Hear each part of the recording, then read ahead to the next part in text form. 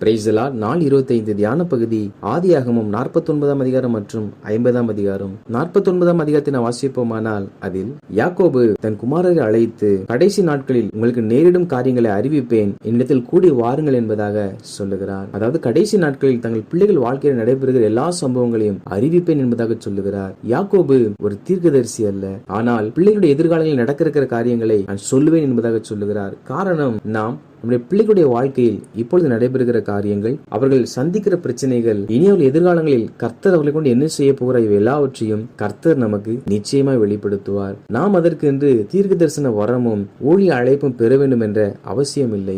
நாம் நம் பிள்ளைகளுக்காக தொடர்ந்து ஜெபிக்கும் பொழுது நிச்சயமாய் கர்த்தர் நம் பிள்ளைகளை குறித்து நமக்கு வெளிப்படுத்துவார். இக்காலத்தில் பெற்றோர்கள் பிள்ளைகள் யார், கர்த்தர் அவர்களை எதற்கு உருவாக்கினார், அவர்கள் என்னென்ன பாவங்களில் சிக்கியிருக்கிறார் என்பதை அறிந்து கொள்ளாமலும் தெரிந்து கொள்ளாமலும் அவர்களுக்காக உத்தரவாதம் பண்ணாதவர்களுமா இருக்கிறபடியினால் தான் அநேக பிள்ளைகளுடைய வாழ்க்கையில் இந்த நாட்களில் சீரழிவு காணப்படுகின்றன.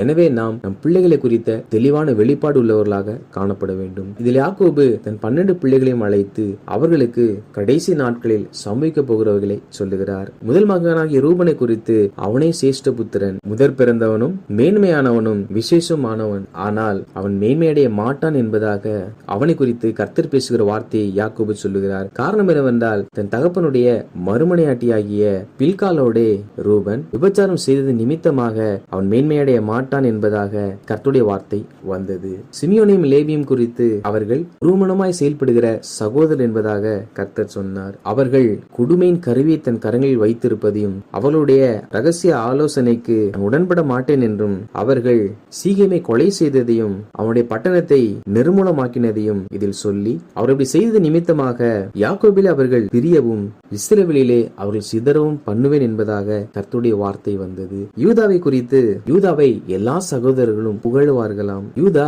ஒரு பாலசிங்கமாம். இதன் பொருள் யூதாவில் இருந்து ராஜாக்கள் எழும்பி ஆட்சி செய்வார்கள் என்பதாகும். சமாதான கர்த்தர் வரமளவும் செங்கோல் யூதாவை விட்டு நீங்குவதில்லையாம். அதாவது ஆண்டவராகிய இயேசு கிறிஸ்து மனு அவதாரம் எடுக்கும் வரைக்கும் யூதா ஆட்சியில் இருக்குமாம். வந்த பிற்பாடு யூதாவுடைய ஆட்சி கவிழ்க்கப்பட்டு போகுமாம். செபுலோனை குறித்து, செபுலோன் கடற்கரை ஓரமாக குடியிருந்து துறைமுகத்தின் மூலமாக வணிகம் செய்து பெருகுவான் என்பதாக சொல்லப்பட்டது. இசக்காரை குறித்து, பொதியை சுமக்கிற கழுதையை போல இசக்கார் ஒரு வெற்றியின் பாதையில் செல்லாமல் ஒரு நபருக்கு துணையாக பணி செய்கிறவர்களை போல பகுதி கட்டுகிறவனாக இருப்பானாம். தானை குறித்து, தானில் இருந்து ஜனத்தை நியாயம் விசாரிக்கிற நியாயாதிபதிகள் எழும்புவார்களாம். காரணம், சர்பத்தை போலவும் விரியனை போலவும் ஞானம் உள்ளவர்கள் தானில் எழும்புவார்களாம். காத்தை குறித்து, காத்துக்கு விரோதமாக அநேக இராணுவங்கள் எழும்பி வருமாம். ஆனால் முடிவில் காத் வெற்றியை பெறுவானாம். அதுவரைக்கும் காத்துடைய கோத்திரத்தார் தோல்வியை தான் சந்திப்பார்கள். ஆசேரை குறித்து,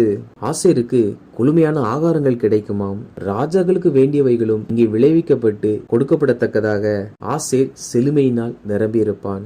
நப்தலி குறித்து, கட்டுகளில் இருந்து விடுவிக்கப்பட்ட ஒரு பெண்மானை போல இருப்பானாம். மாத்திரமல்லாமல் இன்பமான வசனங்களை வசனிப்பானாம். நப்தலிக்கு சுதந்திரமான வாழ்க்கை கொடுக்கப்படுமாம். யோசேப்பு குறித்து, யோசேப்பு கனித்தரும் திராட்சை செடி என்று சொல்லி, சர்வ வல்லவர் தாமே வானத்தில் உண்டாகும் ஆசீர்வாதத்தினாலும் கீழே ஆழத்தில் உண்டாகும் ஆசீர்வாதத்தினாலும் ஸ்தனங்களுக்கும் கர்ப்பங்களுக்கும் உரிய ஆசீர்வாதங்களினாலும் உன்னை ஆசீர்வதிப்பார் என்பதாக யாக்கோபு ஆசீர்வதிக்கிறார். மற்ற எல்லாரை காட்டிலும் யோசேப்பின் சந்ததிக்கு மேன்மையான ஆசீர்வாதங்கள் இங்கே கொடுக்கப்படுகிறதை நம்மால் வாசிக்க முடியும். பென்யமீனை குறித்து, பென்யமீன் பீறுகிற ஓனா என்பதாக சொல்லப்படுகிறது. அதாவது பென்யமீன் இறையை பட்சித்து நான் கொள்ளையிட்டதை பங்கிட்டுக் கொள்ளத்தக்கதாக பென்யமீனுடைய கோத்திரத்துடைய நிலைமை அப்படிதான் இருக்கும் என்பதாக இந்த வார்த்தைகள் சொல்லப்பட்டது.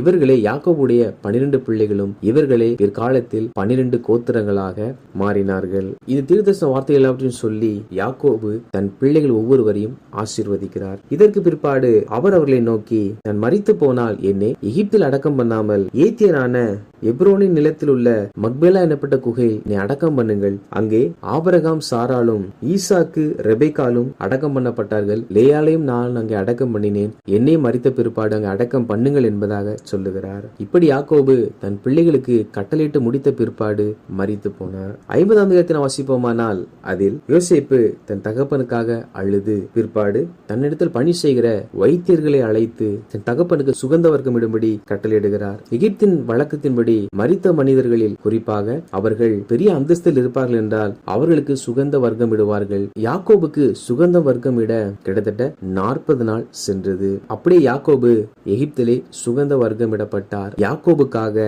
எகிப்தியர்கள் 70 நாள் துக்கம் கொண்டாடினார்களாம். யாக்கோபு ஒரு எகிப்தியன் அல்ல, ஆனாலும் யாக்கோபை எகிப்தியர்கள் கனம் பண்ணினார்கள். கர்த்தருடைய ஜனங்களாகிய நாம் மனிதனுடைய துக்கத்தில் கலந்து கொள்வர்களாய் காணப்பட வேண்டும். அந்த துக்கமான நேரத்தில் அந்த இல்லத்திற்கு நாம் சென்று அந்த குடும்பத்தில் உள்ளவர்களுக்கு ஆறுதல் கூட வேண்டியது ஒவ்வொரு கர்த்தருடைய பிள்ளைகளுடைய கடமையாகும். அப்பொழுது யோசேப்பு பார்வோனையும் அவன் வீட்டாரையும் நோக்கி, எங்கள் தகப்பன் மரிக்கும் முன்னாக தான் மரணத்துக்கு பிற்பாடு தன்னை கானான் தேசத்திலே அவர் வெட்டி வைத்திருக்கிற கல்லறையில் அடக்கம் பண்ண வேண்டும் என்று என்னிடத்தில் சொன்னார். எனவே நான் அங்கே போய் அவர் அடக்கம் பண்ண எனக்கு உத்தரவு கொடுக்க வேண்டும் என்பதாக வேண்டிக் கொள்ளுகிறான். அப்பொழுது பார்வோன், உன் தகப்பன் ஆணையிட்டபடியே நீ போய் அவரை அடக்கம் பண்ணி வா என்பதாக சொல்லுகிறான். யோசேப்பு பார்வோனிடத்தில் வேண்டிக் கொள்ளுகிறார். பார்வோன் அதற்கு அனுமதி கொடுக்கிறதை நம்மால் பார்க்க முடியும். அவள் யோசேப்பு தன் தகப்பனை அடக்கம் பண்ண தன் சகோதர அனைவரோடு கூட கானானை நோக்கி பிரயாணப்படுகிறான். அப்பொழுது யோசேப்போடு கூட அந்த அரண்மனையில் இருந்த சகல உத்தியோகஸ்தரும் எகிப்தில் உள்ள சகல பெரியோரும் யோசேப்பின் வீட்டார் யாவரும் அவன் சகோதரரும் அவன் தகப்பனார் வீட்டார் யாவரும் கோசேன் நாட்டிலே யாவரும் சென்றார்கள். யாக்கோபு ஒரு பெரிய மனிதன் அல்ல, யாக்கோபு ஒரு பிரபலமான மனிதனும் அல்ல. ஆனால் எகிப்தில் இருக்கிற பெரிய பெரிய நபர்கள் எல்லாம் யாக்கோபுடைய இறுதி சடங்கிற்கு செல்லுகிறார்கள். காரணம் யாக்கோபு அல்ல, யோசேப்பு எகிப்திலே பெரிய ஒரு மனிதனாய் காணப்பட்டார். யோசேப்புடைய வளர்ச்சி நிமித்தமாகவே யோசேப்புடைய தகப்பனார் மரித்த அந்த நாட்களில் அநேகர் அந்த இறுதி சடங்கில் கலந்து கொண்டார்கள். ஆத்தாத்தின் போர்க்குள பக்கத்தில் வந்த பொழுது அங்கே பெரும் புலம்பல் உண்டாயிற்றாம். அங்கேயும் தங்கள் தகப்பனுக்காக 7 நாள் துக்கம் கொண்டாடினார்களாம். அப்பொழுது அங்கே சுற்றி இருந்தவர்கள் இது எகிப்தியருக்கு பெரிய துக்கம் கொண்டாடல் என்பதாக சொன்னார்களாம். அப்படி என்றால் எகிப்தியர்கள் எல்லாரும் யாக்கோபை நேசித்தார்கள் என்று கேட்போமானால் அப்படி அல்ல. எகிப்தில் ஆட்சி செய்த யோசேப்பு எப்பொழுதும் தேவனோடு கூட இருந்தார். அவர் மேல் பல பொய் குற்றச்சாட்டு போட்ட பொழுது கூட அவர் எதற்கும் கண்ணீர் வடிக்கவில்லை, அளவில்லை. அவரை எப்பொழுதும் சிரித்த முகமாய் பார்த்த மனிதர்கள் தன் தகப்பனுக்காக யோசேப்பு கதறுவதையும் அழுவதையும் பார்க்கும் பொழுது அங்கே இருந்த அதிகாரிகள் எல்லா உத்தியோகஸ்தர்களும் பெரியவர்களும் அழ ஆரம்பித்தார்கள். அப்படி அங்கே சென்று எல்லாரும் அழுது நிமித்தமாகவே அது ஒரு பெரிய கூக்குரலாக உண்டாயிற்று. யோசேப்புடைய கண்ணீர் சுற்றிலும் இருக்கிற யாவரையும் கண்ணீர் விடும்படி செய்தது. காரணம், யோசேப்பு அந்த இடத்தில் அப்படிப்பட்ட ஒரு சாட்சியுள்ள மனிதனாய் வாழ்ந்து உயர்ந்த நிலையில் இருந்தான். இவைகளுக்கு பின்பு யாக்கோபின் குமாரர் தங்கள் தகப்பன் தங்களுக்கு கட்டளையிட்டபடியே யாக்கோபை மம்ரேக்கு எதிரே இருக்கிற மக்பேலா என்னப்பட்ட அந்த கல்லறையின் குகையில் யாக்கோபை அடக்கம் பண்ணினார்கள். அடக்கம் பண்ணி எல்லாரும் வீட்டிற்கு திரும்பி வரும் பொழுது யோசேப்பின் சகோதரர், ஒருவேளை நம் தகப்பனார் மரித்து விட்டார், எனவே யோசேப்பு நம்மை பகைத்து நாம் செய்த பொல்லாப்புக்கு நமக்கு சரி கட்டுவான் என்று சொல்லி ஆள் அனுப்பி நாங்கள் செய்த எல்லா தவறுகளும் மன்னியும் என்பதாக சொல்லும்படி யோசேப்புக்கு சொல்லுகிறார்கள். வார்த்தைகளை கேட்டவுடன் அப்பொழுது யோசேப்பு அவர்களை அழைத்து, நீங்கள் பயப்படாதிருங்கள், நீங்கள் எனக்கு தீமை செய்ய நினைத்தீர்கள், தேவனோ இப்பொழுது நடந்து வருகிறபடியே வெகு ஜனங்களை உயிரோட காக்கும்படிக்கு அதை நன்மையாய் முடிய பண்ணினார் என்பதாக சொல்லுகிறார். நம்முடைய வாழ்க்கையிலும் கூட நமக்கு எதிராக பல மனிதர்கள் தீமையான சதித்திட்டங்களை தீட்டுவார்கள். நாம் நமக்கு விரோதமாய் எழும்புகிற மனிதரோடு கூட நாம் யுத்தம் செய்து கொண்டிராமல் நாம் கர்த்தரோடு இருக்கிறவர்களாக காணப்பட வேண்டும். நாம் கர்த்தரோடு இருப்போமானால் நமக்கு விரோதமாய் செய்யப்படுகிற எல்லா தீமைகளையும் கர்த்தர் நமக்கு நன்மையாகவே முடிய பண்ணுவார். யோசேப்பை குழியில் தூக்கி போட்டதும், யோசேப்பை விற்று போட்டதும், யோசேப்பை சிறையில் அடைத்ததும் ஒரு தீமையை போல காணப்பட்டாலும் இந்த ஒவ்வொரு நிலைகளையும் யோசேப்பு தாண்டும் பொழுது கர்த்தரதை நன்மையாய் மாற பண்ணி யோசேப்பை அந்த தேசத்தின் அதிகாரியாக மாற்றினார். எனவே தீமை வரும் பொழுது நாம் புலம்பாமல், மனிதர்களை எதிர்த்து பேசாமல், அந்த தீமை நிமித்தம் கர்த்தர் நமக்கு நன்மை செய்ய போறார் என்று கர்த்தரையும் அவர் செய்ய இருக்கிற நன்மைகளையுமே நாம் நோக்கி பார்க்கிறவர்களாக காணப்பட வேண்டும். இதற்கு பிற்பாடு யோசேப்பு தன் தகப்பன் குடும்பத்தில் இருக்கிற யாவரையும் போஷித்து அவர்களை காப்பாற்றினான். பின்பு யோசேப்பு தன் முதிர்ந்த வயதிலே தன் சகோதரரை நோக்கி, நான் மரணமடைய போகிறேன், தேவன் நிச்சயமாய் உங்களை சந்தித்து தேசத்தை விட்டு நம் முற்பிதாக்களுக்கு ஆணையிட்ட தேசத்திற்கு உங்களை கொண்டு போவார். எனவே அப்பொழுது நீங்கள் என் எலும்பையும் இங்கே இருந்து கொண்டு போய் என் எலும்பையும் இங்கே இருந்து கொண்டு போவீர்களாக என்பதாக சொல்லுகிறார். இதற்கு பிற்பாடு யோசேப்பு தன்னுடைய 110வது வயதில் மரிக்கிறார். அவர் எகிப்து தேசத்திலே சுகந்த வர்க்கமிட்டு ஒரு பெட்டியிலே வைத்தார்கள். வாசித்த அந்த அதிகாரிகளின்படி கர்த்தருடைய ஜனங்களாகிய நாம் நம் பிள்ளைகளுக்காக ஜெபிக்கிறவர்களாக அவர்கள் இப்பொழுது இருக்கிற நிலையையும் இனி எதிர்காலங்களில் அவர்கள் என்ன செய்ய வேண்டும் கர்த்தர் விரும்புகிறாரோ அதையும் அதையும் நாம் அறிந்து கொண்டு அவர்களுக்காக நாம் ஜெபிக்கிறவர்களாக காணப்பட வேண்டும். மேலும் தன் சகோதரை பழிவாங்காமல் யோசிப்பு அவர்களை பராமரித்தது போல நமக்கு விரோதமாக எழும்பினவர்களை பழிவாங்குவதற்கான சந்தர்ப்பம் நமக்கு கிடைத்தாலும் நாம் பழிக்கு பழி வாங்காமல் அப்படிப்பட்டவர்களுக்கு அந்த நேரத்தில் உதவியும் ஆறுதலும் செய்கிறவர்களாய் காணப்பட வேண்டும். நாம் அப்படி செய்யும் பொழுது நிச்சயமாக கர்த்தர் ஆசீர்வதித்து நம்மை உயர்ந்த ஸ்தானங்களில் வைத்து வைப்பார். ஆமேன்.